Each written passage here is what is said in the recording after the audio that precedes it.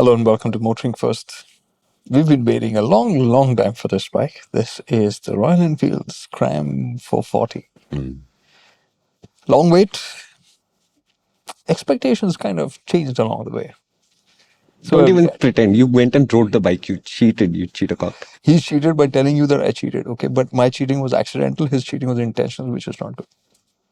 Intentional cheating is cleaner than unintentional cheating. In intent, at least. And I was clear. I'm telling you, it's in that itself, there's a thought for me because how did I get around to riding the bike? It just felt like, must have ridden it. We've been talking about it for so long. Must be done by now. So I just kind of got on and took a really short spin with it. That was about it. But yeah, okay, let's talk about the Scram 440. Huge surprise. Huge surprise. I'll tell you how to frame the surprise, okay?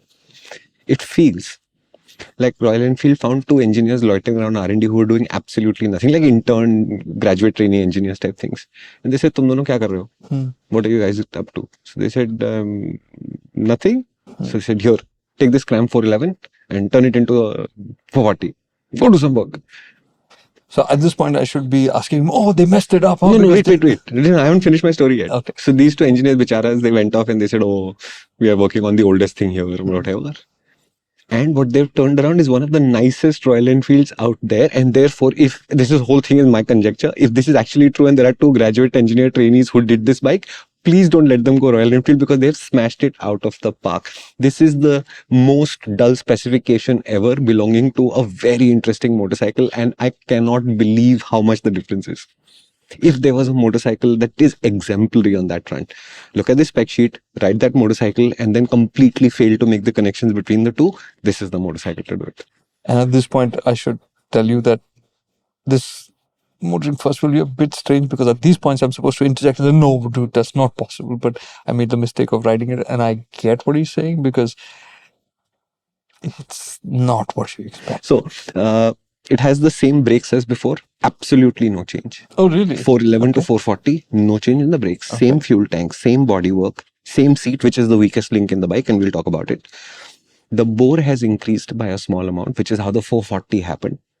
Oh. In the process, this engine has become less long stroke than before. It's still a long stroke engine. So the stroke is the same, but the bore has increased. Yes. Okay. In the process, which I realized that the Gorilla's bore is the Scram 440 stroke, more or less. Oh. That's how far the engines are. Oh, wow. Okay. It gained 2 Newton meters in the process of becoming a larger engine, but it makes it 250 RPM to 500 RPM lower depending on who you look at in terms of spec. Because at plus minus 250 RPM is there, but let's call it 500. So it makes 2 Newton meters more, but it makes earlier. Okay. It gains roughly 1 PS more. Roughly, also about 500 to 50 RPM earlier. Compression ratios remained exactly the same. So they've not taken more strain into this engine. Okay, it's got 1 less tooth on the front sprocket than the 411. 1 less tooth on the front sprocket. Okay. Gearing is overall gearing is lower. Scram 411. Yeah, from 411 to 440, 1 tooth has disappeared off the front sprocket. Perfect. Okay. Right. And they said, I asked them, and they said this was always meant to grow into a 6-speed gearbox when we needed it to. This was already done at the 411 stage. We've now deployed that 6th gear. Okay. Just for your reference, so that you understand this context, 5th gear was 1:1. 6th gear is lower than 1:1. Effectively, it is 0.9:1. Oh, overdrive. Right? Overdrive. Okay. And in the process, it has gained 2 kilos of weight. Okay. Now, to set context, this motorcycle is sitting roughly 35,000 rupees. This is about 2,13,000, 2,20,000, let's call it 2,20,000 pakdo. It is sitting about 35,000 rupees below both the Triumph Scrambler 400X, which is also a Scrambler, and the Gorilla 450, which is the 17-inch front-wheeled 450 platform motorcycle. Because I was hoping for a Scram 450, so that the 450s would have a 17-inch front, a street bike, a 19 front, a middle order can do some off-road kind of bike, and the Himalayan, which has the 21 front. I have no idea where the Scram 450 is. Okay. In this motorcycle, the 2 kilo extra gain of weight from the 411 means it is 12-13 kilos heavier, roughly. So not significant. So not insignificant. Heavier than the 400X and the Gorilla 450 both. Just for reference. To me, the Gorilla is a reference point. The 400X is the more direct competitor. Correct. And to me, at the end of the story, I am going to say I would ride both and pick the flavor I choose because they're both very good motorcycles, but they're not the same taste. right? That should give you context for this motorcycle. Can you get, what is the actual power? 25 bhp. The old Volvo was 24. This is Yeah, I know. 25. But it's just you forget, right? You Yeah. think 400 something cc. No. So what I asked Royal Enfield is, what was the intent for the larger engine? They said we wanted it to have a nice balance of performance, less clatter than before and quieter than before. But the air-cooled thing, the simpler two-valve setup were all parts of the design itself. They didn't want to make this motorcycle more complicated. And because of which, what they said is, we grew the engine, bottom, crankcase is the same, gearbox is roughly the same. Therefore, we had to redo the valve train again. So the top of the engine effectively is brand new. It's a larger engine than before, produces a little bit more performance, further enhanced by the lowering of the gearing. And sixth gear, so that highway performance is better. And the highway theme is a theme for this motorcycle, because the only other significant change they made is that the rear subframe, which is the part that the seats sit on, that looks exactly the same as before, but is stronger than before, because they said, we know you're going to want to put a top box on it or side panniers on it or whatever. We've accounted for it. Payload has gone up 5-10 kilos, something like that. New subframe. Wheels are exactly the same. Brakes are exactly the same. Yeah. Suspension. Exactly the same. Exactly the and same. this always had reasonably long travel suspension. So for your reference, 185 millimeters of wheel travel at both ends. So it doesn't have as much travel as the Himalayan, for example, 411 or 450, but it has more than enough to be called genuine long-term travel suspension. Any reason as to why this happened now? So the Scram 440 story actually begins in a very poor place, because it comes out, it reaches a few media units, and you will find stories, I'm going to say 7 months ago online. I mean, why this specification changed to the 411, to the 440? Why did it happen now? Royal Enfield says that there is a group of people who are clearly, according to them, commercially a viable group of people who don't want the liquid cooled 450 complication. And the 450s are expensive, right? Because the Gorilla is the cheap 450 in the group, as it were. And even that is 35,000 rupees more. The Himalayan is quite a bit more than that. So to them, a Scram 450 would have to sit above the Gorilla, which means you'll have to have, if the 440 exists and the 450 also exists, you're saying 220-ish will have the 440, 255-ish will have the 400X, which is the big rival in this group. And up at that point is the Gorilla. So the 450 range starts there. Then you add another 20,000-30,000 rupees to get a Scram 450. Now you got a 3 lakh rupee motorcycle. And then above that is the Himalayan, which is another 30,000-40,000 rupees on top. Actually, I was coming at from another angle as to why didn't they make the 440 in the first place, or bring it to the Himalayan as well when the Himalayan was around as the 411? Because this engine, sorry, I did ride it. It's so good. I mean, you just. Yes, but if you were extrapolating from the 411 as a product planner, given how many issues the 411 had and how long it took for Royal Enfield to stabilize it, I wouldn't want to persist with the engine. And honestly, when I heard that they were building a 440cc engine, I was not thrilled. And my first reaction was, oh my God, why? Same here. But this spec seems to be like this sweet spot. Like, I just imagine if the Himalayan had come with this tune of the engine. I don't think that that is a good way to put it, because you're imagining the smoothness after riding it, and they can't imagine the smoothness yet. Yeah, I know. And that's what I'm saying. Like, this effectively, like what they're talking about the highway and all of that. I mean, I've not ridden it on the highway, but it just, like, okay, what I can say is that it felt, now you said that the bore is bigger. So like where you have the Himalayans, that long stroke kind of clattery feel. There's no clatter. Yeah, there's no clatter in this. That easiness at low revs remains, but still the ability to pull cleanly is there. So it just feels like such a nice and flexible. Yeah, so effectively it's a person who went to the gym and grew larger and stronger, but they're doing the same work. So all the work just feels simpler. And the 6 gears job simply, and it's literally like a one-track mind job, is you could get to 90 on the highway and sit at reasonable amount of peace with whatever the 411 gave you as peace. 440 has more peace generally, and now the peace lasts a little bit longer, so you can sit on the highway at 105, 110 and feel like we're barely working. Solved. Nice. Solved. That's all. And don't you guys start about a Himalayan 440? I'm saying there should have been in the first place. I mean, imagine, I'm thinking like the Himalayan was an iconic bike for Royal Enfield. It was an iconic bike for us. And when you think of this engine in that package, you just Oh, dude, that would have been epic. The story of the Himalayan, the global trajectory of the Himalayan would have been something different. so different. Oh, yeah. Can I tell you why it feels like this? Yeah, Yeah, please. because the motorcycle spec makes no sense at all versus the riding experience of it at all. Okay, I'll tell you exactly how it worked out. So I've never thought that this Royal Enfield Pierre Terre Blanche collaboration that produced the Himalayan produced a good looking motorcycle. This is not my opinion. My opinion is it distinctive looking? Yes.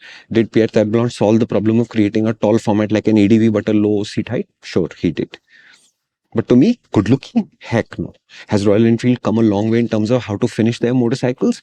They have. Does the Scram enjoy the benefits of everything that they've learned? Oh, heck no. Didn't then, doesn't now, because they didn't change anything. So my first reaction to the Scram was like, oh God, I'm going to have to ride this for the next 10 days. Right? So then I put my earplugs in, I put my helmet on, I get my gear on, I head out of the office. And right outside our office is a traffic jam where the only choice you have is because the trucks don't go to the dirt, you go into the dirt.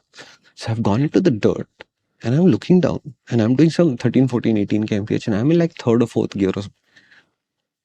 And it's smooth. And it's easy and there's no stumbling and there is like nothing happening. I want to pretend at this point and say, what the hell are you saying? No way, dude.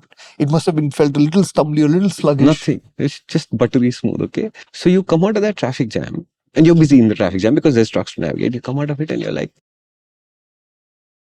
what is it doing exactly? Because this is not what I was expecting.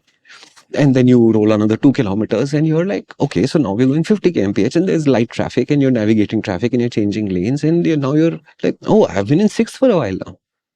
And you're like, and it's smooth and it's easy. And the more I rode, the more I thought, holy cow, they built a really good motorcycle, which is so distinctly a thing. In the terms of the personality of this motorcycle is distinct. It is chilled, it is relaxed, it is take it easy, everything is easy, and it's not slow. Yeah. I cannot call it quick, I cannot call it fast, I cannot call it frantic. It's just, what do you want to do? You want to do 80? Let's make 80 easy. What do you want to do? You want to do 90? Let's make 90 easy. And then the more I rode this motorcycle, the more I thought, my God, it is so not my kind of motorcycle. And simultaneously, wow, what a great motorcycle this is. It's so funny because while you were describing it, I was just thinking, it's a modern format for Royal Enfield. Yeah, but it is such a retro experience. It's such a Royal Enfield. Yeah. Like, it's just like they've got that chill vibe on it. It can, and like modern Royal Enfields where they are more versatile, they have got enough performance. This is like, yeah, okay, we can do it, but hey, let's enjoy this. Don't hustle this motorcycle, because when you try to hustle the motorcycle, you just fall right out of his personality and then you won't enjoy the experience so much. And I've said this about cars, like there are some cars that I absolutely love because they make you happy when you drive them calmly.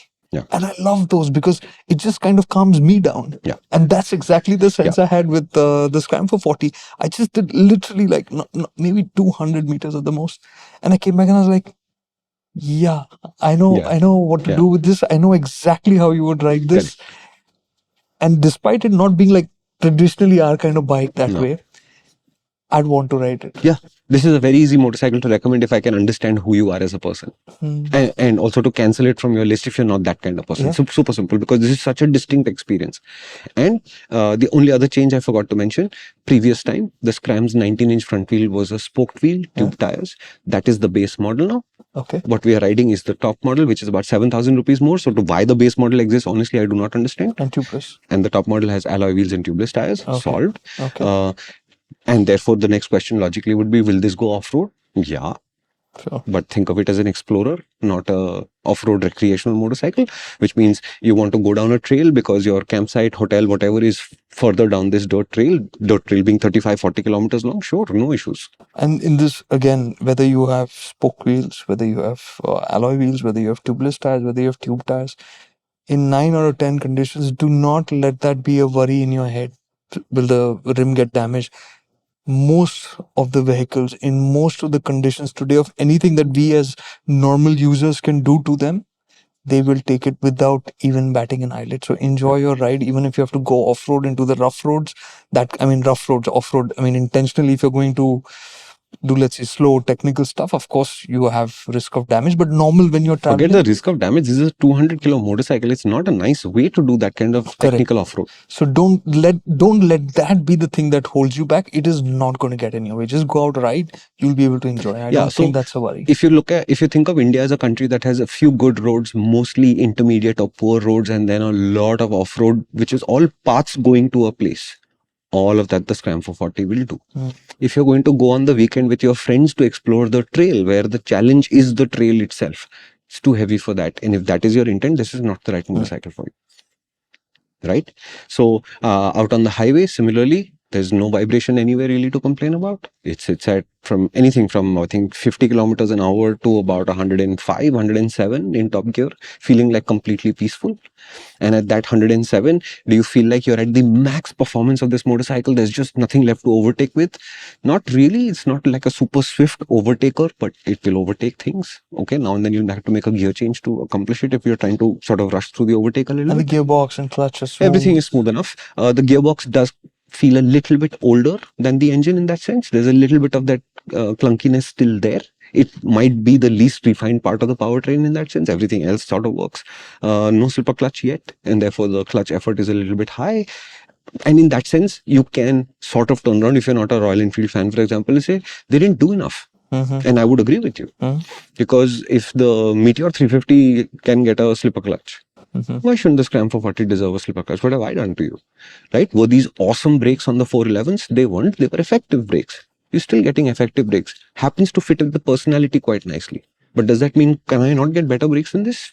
Should. There was a terrible seat to start with on the Scram. Remains the weakest part of the motorcycle. Still is a terrible shapeless seat. And to me, if I were buying a Scram 440, the first thing I would do as soon as I come out of the showroom is go to a seat guy and say, please get rid of this abomination. It's that scooped shape where you get locked in place. It's scooped, it's shapeless, it's soft, you sink into it. Has those 5 minutes later, it is beginning to hurt. The pillion seat almost seems like it's sloping backwards away from you, which was always a 411 thing. None of those things have changed in any fundamental way. Okay. Does it still... I'm kind of confusing maybe the Scram with the Himalayan. The seating position, like when you said older kind of feel, that also used to have the slightly narrow... Same. It's the same thing, right? It's no change. And feet slightly forward. And it's not an unnatural riding position. And to me, the biggest thing that will bug you about the riding position is actually the seat. It's not the handlebar position. It's not the footpeg position. Because it's very on your back, kind of on your vertical kind of. Yeah. And it's not uncomfortable outside of the seat. So as soon as they fix the seat, or you fix the seat if you want to, as soon as you do that, this problem will not be such a significant problem anymore. And handlebars are not either expensive or complicated to fundamentally change. Most of the time, if you have a narrow handlebar, you're going to wider, you'll probably lower it a little bit. So I'm going to say even the cable lengths won't automatically be a problem. Correct. And I think the point with the seats also being that again should not be a reason to cancel this bike out of your list, because that's a really easy fix to do. Yeah.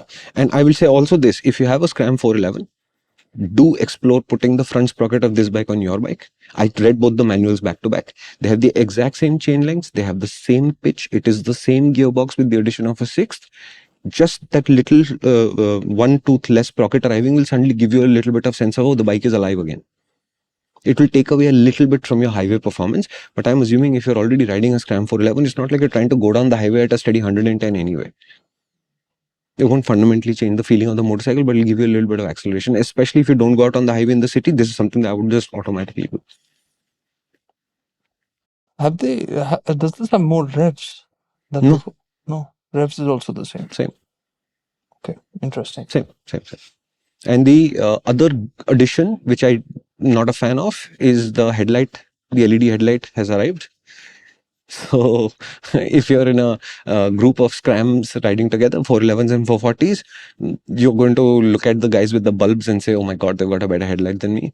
It's just how it is. Does it also get the rocking switchgear? That's the other part that I was coming to. I really enjoyed the fact that its project has seen so little updates that the switchgear is exactly the same. So this has pre-rotary switchgear. So the switches actually work the way you think they should. And this is the Royal Enfield I have ridden after, I'm going to say what, 2 years? Where I haven't honked at anyone because I can just flash them. Yeah. Okay. All right. In terms of the instrumentation and everything, it's all the same. That analog and small digital thing. Same. Okay. Same. If the tripper were to be fitted to this motorcycle, it would be an accessory fitment. The tripper has always been roughly a 5,000 rupee add-on. If you think it's useful, go for it. It is the best turn-by-turn navigation system because it relies on Google Maps. Royal Enfield's usually had the best of the OEM apps. Also, is the easiest one to use. So if you wanted to spend this 5,000 rupees and get a tripper, I'd say yeah, go for it. The weirdness with the tripper is since it is only linking to your phone, if you don't set up the clock correctly or before you sync up, it decides what the time is. So it'll be 8 o'clock in the night, but it thinks it's 8 a.m. in the morning. And then it's a really bright screen, right? So there's this like searchlight pointed at you, and the only way to get it to turn off is either to unplug the power, which is not easy to do, or pair up. And then from the phone, it says, oh, no, it's 8 in the night, and go to dark mode. Okay, good. So is it difficult to pair? No, not at all. Good app. Okay. Good app. Some details, because I really have no recollection of the bike now, like what it is like to ride. While the engine, it's clear, is a step up, the heaviness remains. Yes. It's better on the highway. It's decent in all situations. So city, do you feel the weight as the combination of factors and but with the engine being better, I'm guessing it's better there as well. Think about it like the classic 350 in a sense. In the classic 350, you never think of that motorcycle as light-footed or sophisticated, but you cotton on to the idea saying, oh, that's a bad road, oh, it'll absorb it. The Scram is very much in the same mood, but with more travel. So in the city, it will absorb everything. It will absorb everything reasonably well. It's easy to steer. You just have a sense of, I'm wearing heavy boots. Have you ever worn army DMS boots? Right? I spent my college wearing the DMS boots. Every single time I wore a new boot, because I wore them down to zero sole, right? I felt like my feet had become heavier. And for a while, until I got used to it, they changed slightly my gait and my awareness of where my feet were going. The Scram is sort of like that. So you have this sense of the bottom end of my engine is heavy. My wheels are heavy. Is it a bad feeling? No, you're aware of it. And then you sort of make the connection saying, that's what makes the suspension work so well. Okay. But the Himalayan, for example, to take a reference, is a very different feeling. The Himalayan can feel top heavy. So what that also means is you never feel the weight of the wheels or the crankcase, as it were. And then when the Showas, which are awesome, when they come into their own and they're absorbing the bad roads, you have clear feedback saying, what did I just go over? How much did the suspension move? And the Scram doesn't have that feedback. But if you think about the personality of the motorcycle, it doesn't need the feedback. It just needs to say, hey, I got this. You have fun.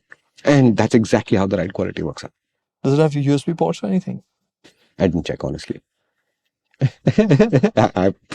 I'm telling you, I looked up the spec under duress because I'm saying this spec is going to lead the story astray. Actually, I would say even if you're not looking to buy this, even if you're not interested in it, what you should absolutely do is ride this bike, because the one thing that this bike has is a very clear character and personality, which frankly, I don't think we have experienced in a long time, that it's so well defined. It's just, it feels special. It feels one of a kind. And just to have that sense of how a machine can be so clear about what it is, whatever it may be, right?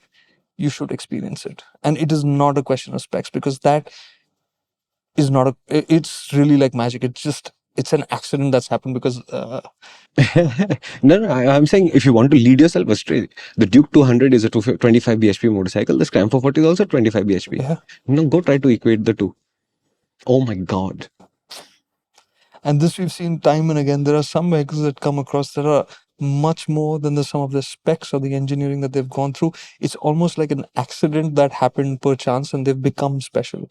And you cannot recreate that specialness in so many vehicles we've seen. Yeah, and it feels that way. In some ways, Royal Enfield is super lucky, right? Because they didn't do much work on this project, and look how good this motorcycle turned out. It's still an irony. It's coming at this point in time. Yeah. That's what I was going Yeah, back so to. actually, we started getting indications that the Scram 440 was coming a little bit before the GST revisions. And before the GST revision, it was the same price as the Classic 350, more or less. And then at the GST revision, suddenly it became like, it starts sort of where the Classic 350 ends and sits above the Classic 350.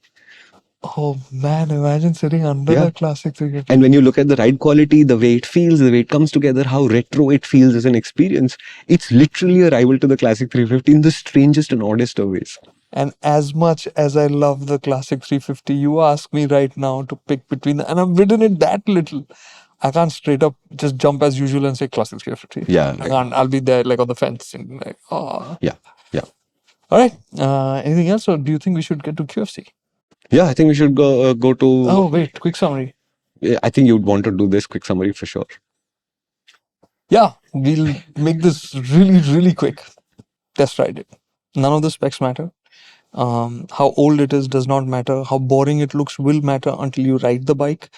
All of this you will forget the instant you get onto it. You will know whether you like it or not. But what you will also know is that this is very clearly defined as an individual. It's not just a motorcycle. I'm almost imagining it like this guy who lives in a hut wearing those flannel shirts and goes around doing at its own pace, living its life and doing its own thing, and people like to come and hang out with it. It's like that kind of a person. And I think it's fantastic in this day and age where we are constantly talking performance, high tech, and new connectivity and all of that. This feels like a throwback in a slightly newer format. And I mean, for Royal Enfield. Hello, it is high tech. It's got dual channel ABS and you can turn one of those wheels off. Really? It और has. फिर क्या? Awesome. Ride modes? ज़्यादा हो गया. है ना एक ride mode है ना उसमें.